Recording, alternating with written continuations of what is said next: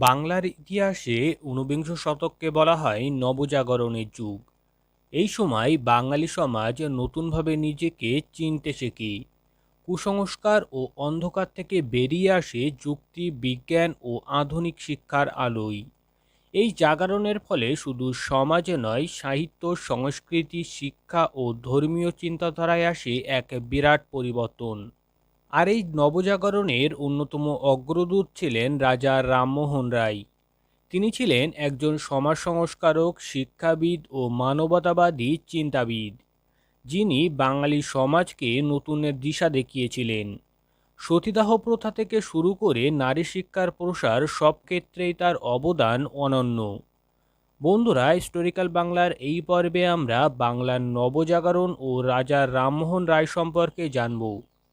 1772 সালের 22শে মে হুগলি জেলার রাধানগর গ্রামে এক ব্রাহ্মণ পরিবারে রাজা রামমোহন রায় জন্মগ্রহণ করেন। তার পিতা ছিলেন রাধাকান্ত রায় এবং মাতা ছিলেন ফুল ঠাকুরানী দেবী। 15 থেকে 16 বছর বয়সে রাজা রামমোহন রায় গৃহ ত্যাগ করে নানা স্থান ভ্রমণ করেন। কাশীতে এবং পাটনায় কিছুকাল থেকেছিলেন তিনি। এছাড়া তিনি নেপালেও গিয়েছিলেন। তিনি বারাণসী থেকে সংস্কৃত ভাষা শেখার পর পাটনায় চলে আসেন, আর এখান থেকে তিনি আরবি ও ফার্সি ভাষা শেখেন।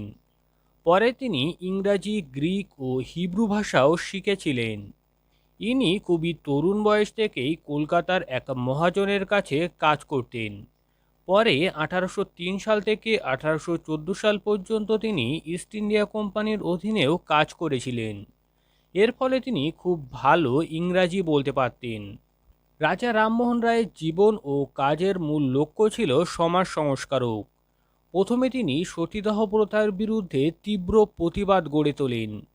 দীর্ঘ প্রচেষ্টা ও লর্ড উইলিয়াম বেন্টিংয়ের সাহায্যে 1829 সালে সতীদাহ প্রথা আইন দ্বারা সতীদাহ প্রথা নিষিদ্ধ হয়।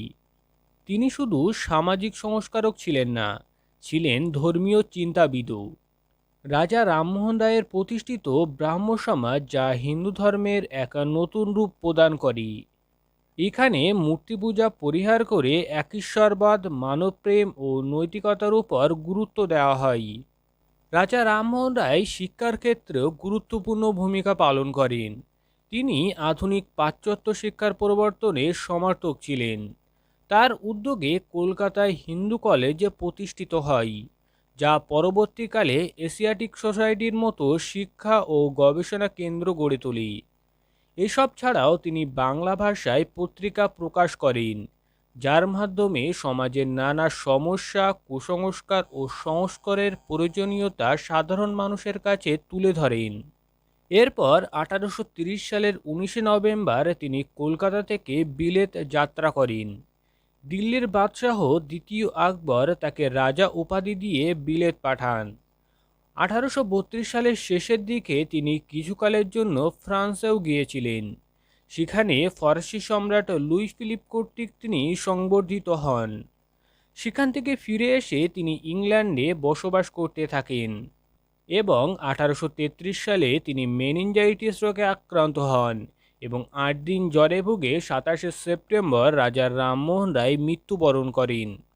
অবশেষে বলা যায়, বাংলার নবজাগরণের ইতিহাসে রাজা রামমোহন রায় এক মহান ব্যক্তিত্ব, যিনি সমাজকে অন্ধকার থেকে আলোর পথে নিয়ে আসার পথ প্রদর্শক ছিলেন।